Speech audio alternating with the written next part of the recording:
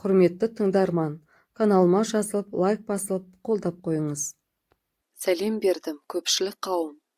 Гүлжайна ханым, мен сіздің көптеген әңгімелеріңізді оқып, өз қателігіммен, негізгі қателік емес, қатыгездік десем дұрыс болар, бетпе-бет келдім. Осы күнге дейін мен өзімді алдап, мен кінәлі емеспін, мені осылай қатыгез еткен өздері деп, өз-өзімді жұбатып келдім. Бірақ та сіздің әңгімеңізді оқып отырып, бүкіл жасаған күнәларым көз алдымнан өтіп, көзімнен жас тоқтамай, кеудемді жұдырығыммен ұрып отырып, бір сағаттай жылай бердім. Бұл күнде ер жетіп, бой жетіп қалған ұл-қыздарым, бір кездері аналары қаншама адамның өмірін ойран еткенін қайдан білсін. Менің өкіріп жылағанымды көріп, жаныма жүгіріп келіп, «Мама, не болды? Мама, ауырып қалдыңыз ба?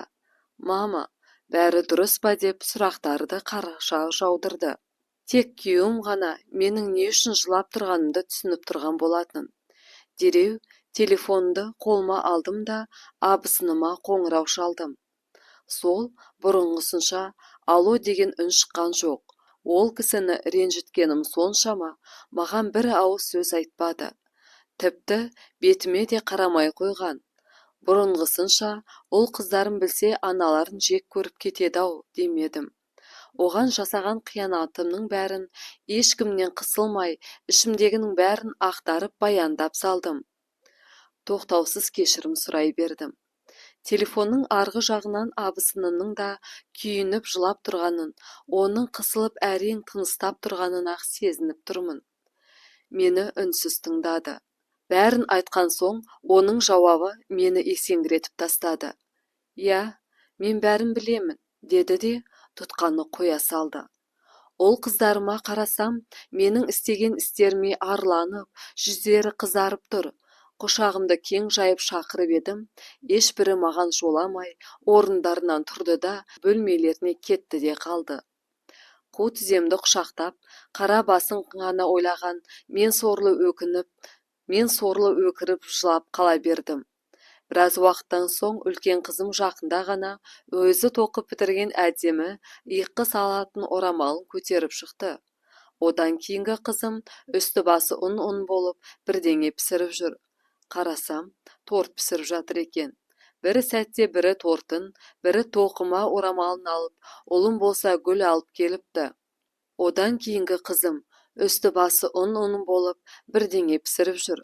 Қарасам, торт пісіріп жатыр екен. Бір сәтте бірі тортын, бірі тоқыма орамалын алып, ұлым болса гүл алып келіпті. «Мама, осылай жылап отырғаннан бірдеңе өзгереді ме? Мені кешіресіңдер ме? Кешірімді бізден сұрамаңыз. Тұрыңыз, кеттік. Қайда барамыз?» «Қайда болушы еді? Әрине апаның үйіне». «Рас айтасыңдар ма? Мына заттарды апаларыңа сыйламақсыңдар ма?» «Я, уайымдамаңыз, сіз жалғыз емессіз. Сізбен қосылып біз де кешірім сұраймыз». «Дәу апа өте мейірімді жан, сізді кешіретініне сенімдімін». Ол қызымды түгел ертіп, бәріміз абысынымның үйіне жол тарттық. Жол бойы абысыным мені қалай қарсы алады екен, бұрынғысынша сәлеміне үн қатпай, жұмған аузын ашпай қояды ма екен, кешірім сұрасам кешірер ме екен деген ойлар санамда сайрап тұрды. Үйіне жеткен бойда жүрегім кеудемнен атқылап шығып кетердей болып тарсылдап, аяқ-қолым қалтырап, көліктен түсуге шамам келмей қалды. Екі қызым екі жағымнан демеп, есікке қарай жетектеп алып барды. Құдайдың өзі соны қалады ма, әлде өзімнің дәрменсіздігімнен болды ма, білмеймін. Абысынымды көрген сәтте, екі аяғымнан жан кетіп, тізерлеп отырдым да қалдым. Абысынымның жүзіне қарауға дәтім жетер емес. Төмен қараған күйі кешірім сұрай бердім. «Кешіріңізші мені, абысын. Қадіріңізді кеш білсем, істеген істерім үшін қатты ұяламын. Мені ұрсаңыз да, соқсаңыз да бәріне көнемін. Тек қана кешірім берсеңіз болды. Барлығы үшін кешірім сұраймын. Қатты өкініп жүрмін. Өкініштен әр күн сайын өзегім өртенуде. Кешірім сұраймын сізден. Қайнаға, сіз де мені кешіріңіз. Төре бала, ерке қыз, сендер де мені кешіріңдер». «Сымбат жеңге, не болды сізге? Тұрыңыз орныңыздан». Келінжан тұра ғой, абысының сені әлде қашан кешірген? Жоқ, тұрмаймын. Абысын өзі кешірдім демегенше тұрмаймын. Жүзімді төмен қаратқан күйі отыра бердім. Бір сәтте иығыма біреу қос қолын тигізгенде бүкіл денем шымырлап, бойым әлде бір жылулықты сезгендей болды. Абысыным екенін бірден-ақ сездім. Бар күш-жігерімді жинап, еңсеңді көтердім. Абысынымның да көздерінен жас ағып, бар ықыласымен мені құшағына басты. Екі бетінен шөлпілдеп кезек-кезек сүйе бердім. Екеуіміз ұзақ уақыт үнсіз құшақтасып тұрдық. Бала-шағалардың бәрі қосарланып, үсті-үстімізден құшақтап, бәріміз бір жылап алдық. Кешірдім, келін, кешірдім. Келеріңді білдім. Осы күнді ұзақ күттім. Ақыр соңы өзіңді жеңіп, осылай алдыма келеріңді білдім. Мен сені әлде қашан кешіргенмін. Тек өзіңнің көкірегіңді, менмендігіңді жеңіп, ақылым мен ерік күшің сені бұл менмендіктен арылтуын күттім. Алла тағаланың өз пендесінің қателігіне кешірім бергенде, мен қалай кешірмеймін? Кештім.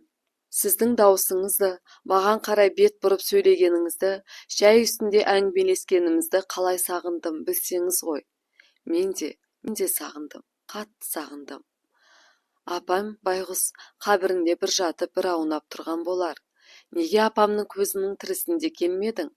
Бір-біріміздің тату болғанымызды көре алмай арманда кетті ғой. Өкінемін, қатты өкінемін, рас айтамын. Абысыным өте мейірімді жан.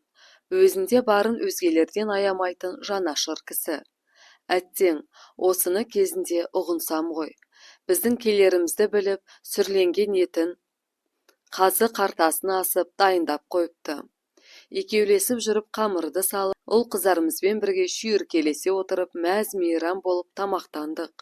Мен сол үйде қалып, абысын екеуміз түні бойы әңгіме-дүкен құрып, қаншама шәйнек шай ішіп тастаппыз. Ал енді өзімнің жасаған иттік әрекеттерімді баяндап берейін. Мүмкін, мен секілді іші тар, көре алмаушылық көзін байлап тастаған адамдар оқып тәубесіне келер. Алғаш келін болып түскенімде, енем мен күйеуімнен бұрын абысыным қатты қуанып, мәз-мейрам болып жүрді.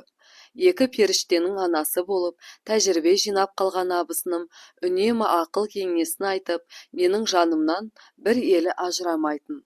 Қолымнан түк келмейтін, тек сыртта жүріп оқу оқып, көше кезіп жүрге берген маған келін болып тамақ істеп, қамыр жаю қиынға соқты. Ал абысынымның қолынан келмейтіні жоқ. Тамақтары өте дәмді. Қамыры қағаздай теп-тегіс. Істеген ісінен бір мін таппайсың. Ол қызының тәрбиесіне көңіл бөліп те, тазалықтарына назар аударып та үлгереді. Енем байқұс үнемі қызым деп отыратын. Қайнаған болса келіншегіне дауыс көтеріп сөйлеген емес. Өтірік емес. Мен абысыныма қызғана қарайтынмын. Өйткені мен ол секілді бола алмадым. Ол секілді ас әзірлеп дастарханды жайната алмадым. Ол жоқта үйге келген 4 қонақты күте алмадым. Ұйқыны жақсы көріп, таңертең түсте ұйықтап қалып жүрдім. Үйдің тірлігін жарытып істемей жүрсем де, басқасына үлгере алмадым. Төсегім жиналмайды, шашым таралмайды. Киім үтіктеуге уақыт таппаймын. Күйеуім аяқ асты бір жерге барар болса, жарық болмай шалбарын үтіктей алмай, талай рет қыртыс-қыртыс, мыж-мыж шалбар жейде мен барар жеріне барып келді. Абысынымның қалай үлгеретіне мән беріп, ол кісіден үйренудің орнына қызғаныш бойымды билеп, оны өзіме жау санай бастадым. Менің өзгергенімді байқап, ақыл кеңесін айтып жүрді. Келінжан, айналдырғанын екеуміз ғана, біз абысын тату болса, ас көп деген сөз бар. Біз тату болсақ, осы әулет тату болады. Екі ағайынды бауырды жақындастыратын да, бір-бірінен алыстататын да біз. Қуанышыңды да, қайғыңды да бөлісетін ағайын. Ақшаң болса, жаныңда араласатын адамдар да болады. Олай деме, ақшаға сатып алынбайтын дүниелер де бар. Туғаныңда ешкім саған жаны ашымайды. Оның ешбір ақшаға, байлыққа сатып ала алмайтын ақыл кеңестерін тыңдағым келмей, үнемі қашып жүретінмін. Бір жаққа шығар болса енем, қызым, Ақшаң бар ма? Қызым, не керек?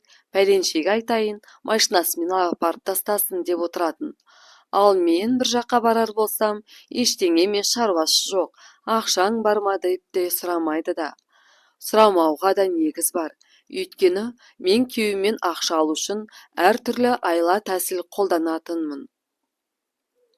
Екі еркек те ақшаны аналарына келіп тапсыратындықтан, енем күйеуімнің маған ақша беретінін біліп, сол себептен де сұрамайтын болса керек.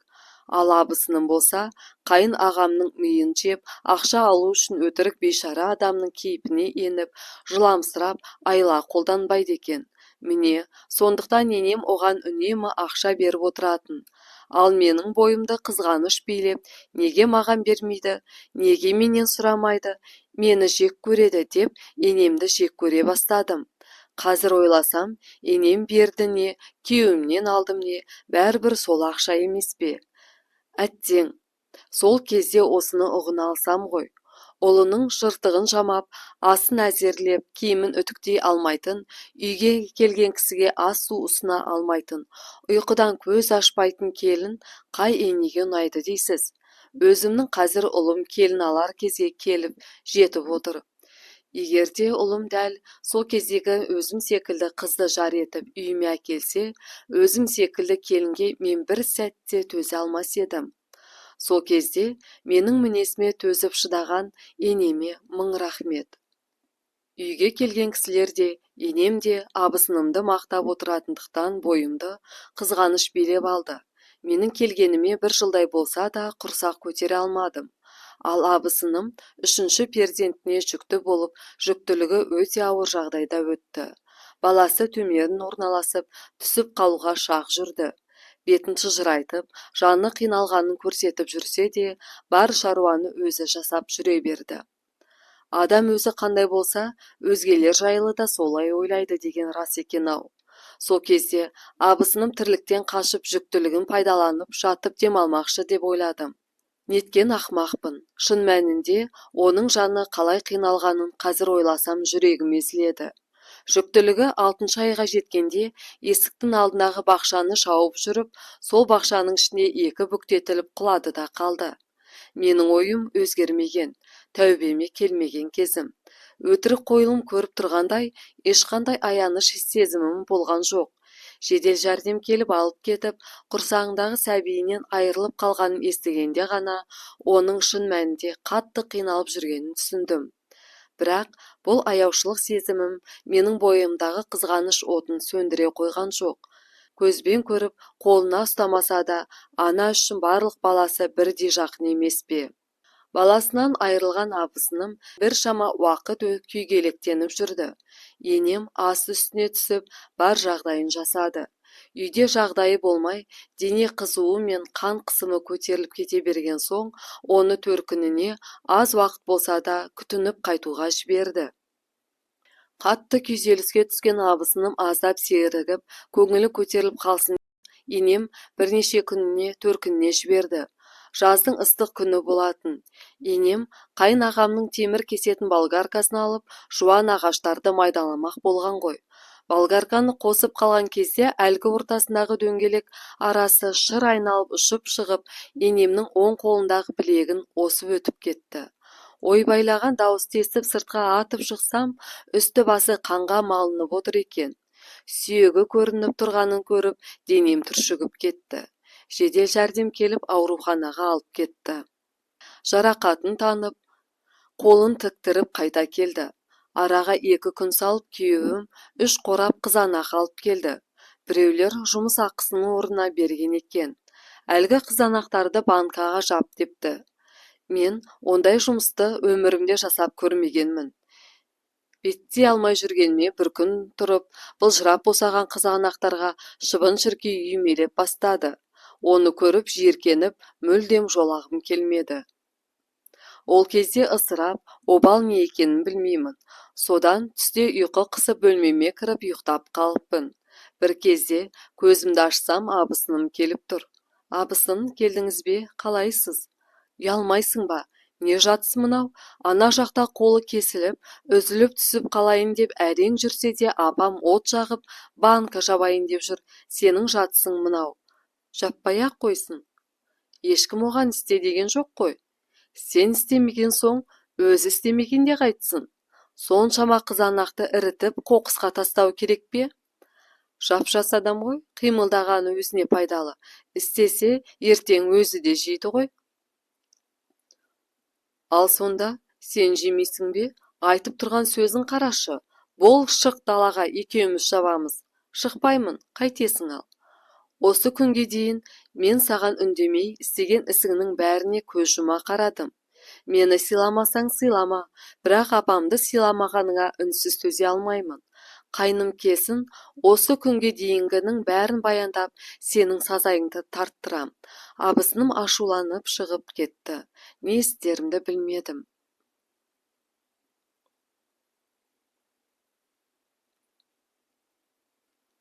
Күйеуімнің үйге келер уақыты жақын қалыпты. Қатты уайымға салынғандікі ме, әлде тамақ жей сала жата қалғандікі ме, әйтеуір жүрегім айнып, құсқым келе бастады. Күйеуім әне-міне дегенше келіп қалады. Дереу пакет алып пакетке құса бастадым. Бұл ой басыма қайдан сап ете қалғанын білмеймін, өзімді күйеуіме жүктетіп көрсеткім келді. Сондағы мақсатым ұрыс естімеу үшін еді. Бірақ әп сәтте белім ауырып, жаным қинала бастады. Ауырғанына шыдай алмай, екі бүктеліп жаттым да қалдым. Ауруды басатын дәрі ішіп едім, тағы да ұйықтап кетіппін. Бір кезде оянсам, күн батып қалыпты. Екі сауылатын сиыр бар, нан тамақ істеу керек. Оған қоса банка жауып, абысыным мен енем әбіршіп жатыр екен. Содан не керек, абысыным қайта бөлмеме кіріп келді. Банка жаппасаң да, тым құрыса тамақ істесең қайтеді. Өзің де ішесің ғой сол тамақтан. Ауырып жатырмын. Бір апта бұрын бала туған, қолын болгарка кесіп кеткен апам екеумізден жаман. Мына жалқаулығың сенің түбіңе жетіп тынады. Расымен ауырып тұрмын. Сенбесең өзің біл. Сені сендіруге міндетті емеспін. Сосын айта кетейін. Маған енемнің орнына ене болмай-ақ қойшы. Енем әлі тірі, өлген жоқ. Ол кісі тұрғанда маған ұрсатын сен кім едің соншама? Апамның жуас болғанына қуан, әйтпесе сенде келінді басқа ене үйінде бір сәтте ұстамас еді. Абысыным осылай деді де шығып кетті. Артынша күйеуім кіріп келді. Екеуміздің айқайласып жатқанымызды естіп қойған секілді.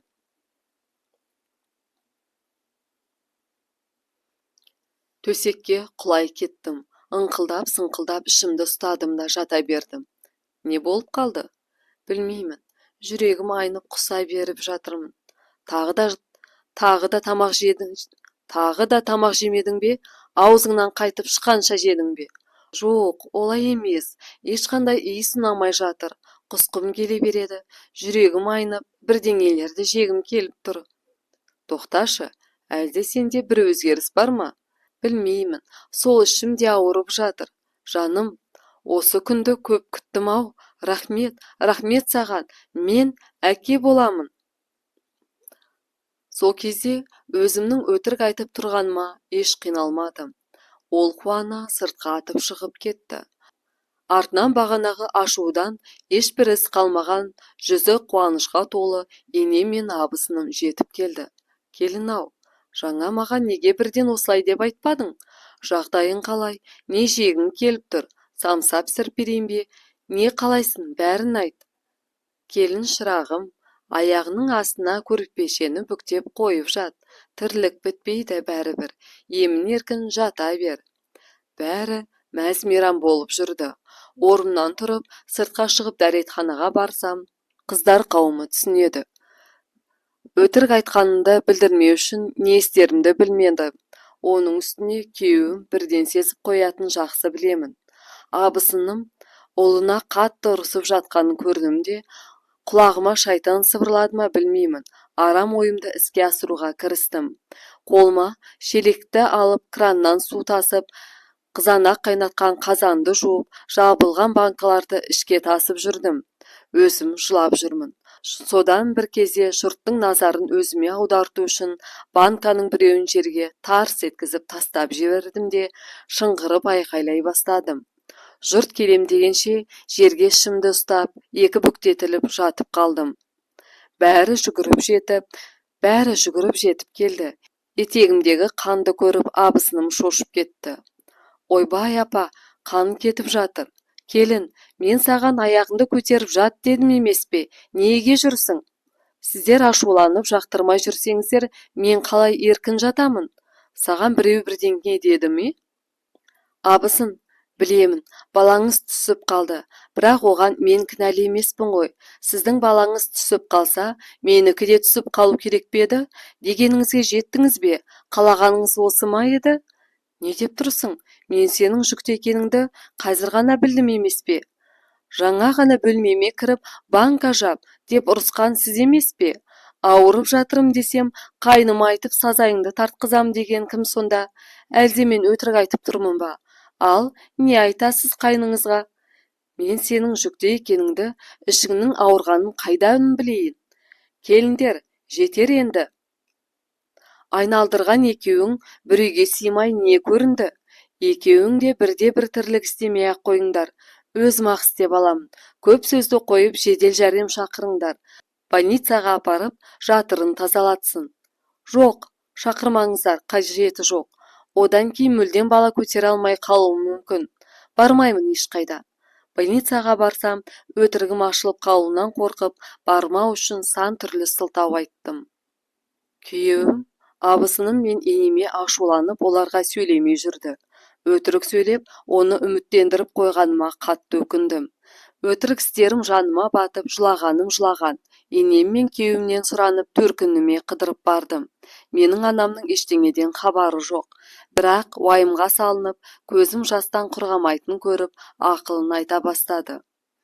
Қызым-ау, неге жылай бересің? Күйеу бала бірдеңе деді ме? Жоқ, ол өте жақсы адам. Онда не? Неге жылайсың? Ене мен абысыным ғой. Олар саған не дейді? Қолыңды бірнеше рет ұстадым, көзіммен көріп те тұрмын. Күндіз-түні тыным таппайтын пысық келінің қолы мұншалықты жұмсақ мамық бола қоймас.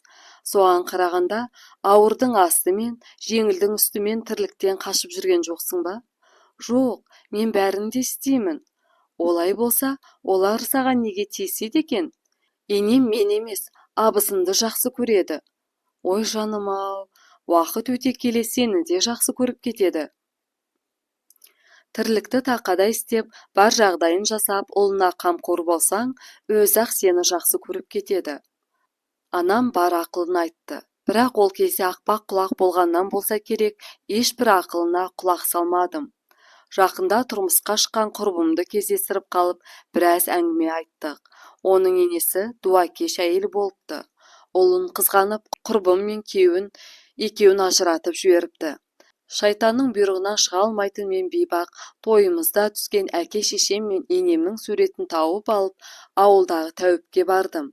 Ол кісі енемді абысыным дуалап, өз дегенмен жүретін етіп алғанын айтты. Ал маған қайтарма дуа жасап берем деді. Енемді абысыныма қарсы тұратындай етіп дуа жасаттым. Бір қалтаға түйілген құмға дем салып, оны енеңнің бөлмесіне себесің деп қолыма ұстатты.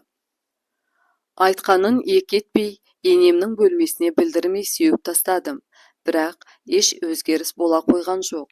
Өтірік айтып үйден шыға алмай, талай бақсы балгерге барып, енем мен абысынымның суреттерін көрсетіп, сырттарынан дуа жасаттым. Жасатқан дуа әсер етіп, екеуі болмашыға келіспей ұрыс жанжал көбейіп, екеуі қырылып қалды. Тіпті абысыным екі баласымен төркініне де кетіп те қалды. Бірақ қайнағам барып қайта алып келді. Бірнеше айдың ішінде қаншама жылдық сыйласып келе жатқан ене мен келін бір-бірін түтіп жей бастады. Ақыр соңы енем оларды үйден қуып жіберді. Қайнағам мен абысын пәтер жалдап тұра бастады. Әбден дуа жасатқан енем алжып, есін жоғалтып қалды. Мен қараусыз қалдырған соң абысыным келіп өзімен бірге алып кетті. Енем үйден қуғаннан кейін абысыным маған мүлдем сөйлемей қойды. Жұмған аузын ашпайды. бір жылда ешкімді танымай алжып төсекте жатып енем қаза болды. Өз үйінен шығармай жалдамалы пәтерден жаназасын шығарды. Өзімді кінәлаудың орнына мен жақсы көрмей шетке сырып қойған өздері кінәлі деп үнемі өзімді ақтап жүрдім. Жаным қиналғаны рас, бірақ екеуінен де құтылған мен сорлы өзімді жеңіс иесі санап бақытты болып жүрдім. Әй дейтін бір әже жоқ, қой дейтін бір қожа жоқ. Теледидарды қосып қойып, түрік, кәрістің киноларын көріп жатқаныма мәзбін. Күйеуім келер уақыт жақындағанда жүгіріп жүріп үй жинаймын, ас әзірлеймін. Тек көзге көрінетін жерлерді ғана жинап, көрінбейтін жерлерге керексіз заттың бәрін тығып тастаймын. Тамағым дәмсіз, наным қатып қалған. Күйеуім ашуланып боқтап алады. Екі сөзінің бірінде анам мен абысыным сені жақтырмайтындай бар. Әттең-ай деп басын шайқап қалатын. Ағасының алдына талай рет барды жалынып, бірақ олар қайта келмеді. Тамақ әзірлемей дүкеннен дайын затты сатып алып жей беремін. Қарызға ала беріп, күйеуімнің бар тапқанын қарызға төлеп, ақшадан қинала бастадық. Солай жүргенде аяғым ауырлады. Жеріктігім ұстап, дүкеннен 2 есе қарызға баттым. Күйеуімнің тапқаны қарыздың жартысына ғана жетті. Дүкен иесі төлей алмаған соң қарызға бермей қойды. Үйде бар соңғы картоп пен пияздан дәмсіз етіп ас әзірлеп күйеуіме бердім. Ол болса жемей аштан аш жатып қалды. Біздің қарызға батқанымыз жайлы бүкіл ауыл естіді. Дүкенші күн сайын келіп есігімді тоқылдатып, мен ашпаған соң ұрсып кетіп қалады. Тіземді құшақтап жылаймын да отырамын. Жұмыс іздеп жұмысқа шықтым. Өз енем мен абысының арасына болған жанжалға жұрт мені кінәлап, менімен ешкім араласпай қойған. Нашар мінезімнің кесірінен ешбір жұмысты алып кете алмадым. Дүкен иесінің әбден ашу мен есігімді қаққаны құлағыма үйреніп қалса керек. Бір емес бір аптадай бұл дауыс шықпай құлағым тыныштыққа үйренісе алмай жүрдім. Ақыр соңы шыдамым таусылып дүкенге бардым. Барсам, қолында қос пакеті бар дүкен иесі мені шақыртпақ болып тұрған екен. Мә, мыналарды ал. Бұл не? Не болушы еді? Әрине азық-түлік. Ана байыңа обал, аш қалып бір жерде құлап өлер.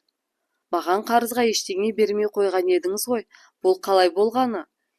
Енді қарызың жоқ, қарызыңды да, мына заттардың ақшасын да біреу төлеп қойды. Рас айтасыз ба? Ол кім екен? Оны қайтесің? Үйіңе бардағы тамағыңды істе. Күйеуің айлық алатын күнге дейін мыналарды үнемдеп жеткіз. Жарайды, көп рахмет. Жүгіре үйіме барып ас әзірлеп дастархан жайып, күйеуімнің келгенін күтіп отырдым. Таңданысын жасыра алмады.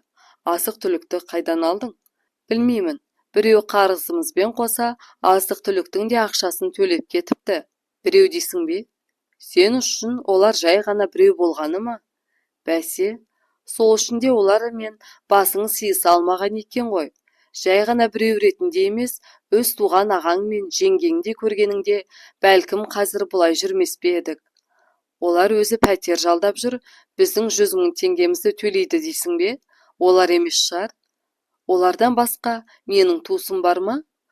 Осыншалықты ақмақ әйелді маған жар етіп қосатындай қандай күнәм бар екен? Сені жолықтырған күнге қарғыс атсын. Жемеймін, қаласаң өзің жей бер. Тамағынан өтсе егер. Бұл сөздер жаныма қатты батты. Бірақ тәубеме келтіре қойған жоқ. Ұялмай, арланбай, қарнымды тойдырып алдым. Бірінші күні жемегенімен кейін жей бастады. Ол айлық алғанша азық-түлік жетіп, айлық алған күні тағы да келесі айға жететіндей етіп азық-түлік алып қойдым. Қалған ақшаны газ, жарыққа төлеп, ол жақтағы қарыздарымыздан да құтылдым. Жүктіліктің 6-шы айында қатты ауырып, балам түсіп қалардай болып жүрдім. Сол кезде не бары 7 жасар абысынымның қызы, ерке қыз келіп, үйімді сыпырып, шаңын сүртіп, ыдысымды жуып беріп кететін. Тағы да құр қол келмейді ғой. Абысыным нан жауып, бауырсақ самсасын пісіріп, айран, сүт, ет беріп жібереді. Сол кездері өздері жер үй алып үй тұрғызып жүрген. Сонда да қолдарынан келгенін айған жоқ. Тұңғыш қызымды босанып перзентханада жатқанымда қасымдағы келіншектерге туыстары ыстық тамақ, анау-мынау алып келіп жатқанын көріп ішім ашып, қызғаныштан өзегім өртенетін. Мені күйеуімнен басқа ешкім іздеп келмейді. Бір сәтте санитарка апай тегімді атап тола-тола 2 пакет тастап кетті. 2 литрлік банка тола майлы қайнатпа сорпа, май пәтір, сүт, айран тағы да басқасы бар. Одан бөлек өзі тоқыған қызыма шұлық, киім-кешек бәрін әкеліпті. Абысыным келгенін бірден ұқтым. Үйге шықсақ, үйдің іші тап-таза. Қызыма арнайы көрпеше тігіп, жаялықтарын төсеп, адыраспанын түтетіп, ыстық шай, тамақ дайындап, өзі кетіп қалыпты. Сол кезде алтындай қымбат адамның бағасын білмей, қадіріне жете алмаған өзімді өзім жек көріп кеттім. Сол кезде абысынымның айтқан ақылдары есіме түсіп, өзегім өкініштен өртенді. Емізіп отырған қызымның жүзі көз жасыма жуылды. Солай бір-бірімізді көрмесек те, бір-бірімізге жақсылық жасап жүрдік. Бірақ жүзіне тіке қарап, кешірім сұрауға бата алмай жүрдім. Шыны керек, кешірмеймін сені, көргім келмейді деп айтады ма деп қорықтым. Солай, қаншама жыл алыстан сыйласып жүрдік. Оның балалары мен біздің балалар бір-біріне өте бауырмал болды. Бір-бірлерін үнемі іздеп жүреді. Шынымды айтайын, менің балаларымды абысыным мен қайын ағам тәрбиелегенін қалап, олардың үйіне көп жіберетінмін.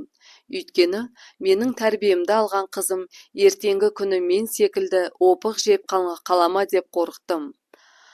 Ана болып қызыма ақыл айтқан адам емеспін. Тек абысынымның ақылын тыңдап, тәрбиесін алған ұл қызым солар секілді саналы, иманды болып өсіп өнсін дедім.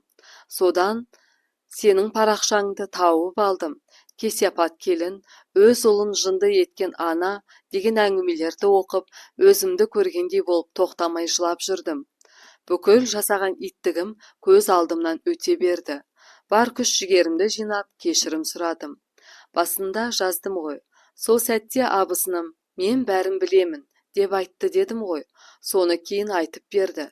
Бір құрбысы, мен барған балгерге барып, менің қолымдағы абысыным мен енемнің суретін көріп, абысыныма дуа жасатып жүргенімді айтыпты. Соны біле тұра, маған жақсылық жасап жүрген абысыныма алғыс айтамын. Қазір маған кешірім берген. Екеуміз құрбыдай болып жүрміз. Сіздерге айтарым, жас келіндер, енелер, бір-бірлеріңді сыйлаңдар, тату-тәтті болыңдар. Адамдардың бәрі менің абысыным секілді кешіре алмауы да мүмкін. Сол үшін де қателікке ұрынбаңдар.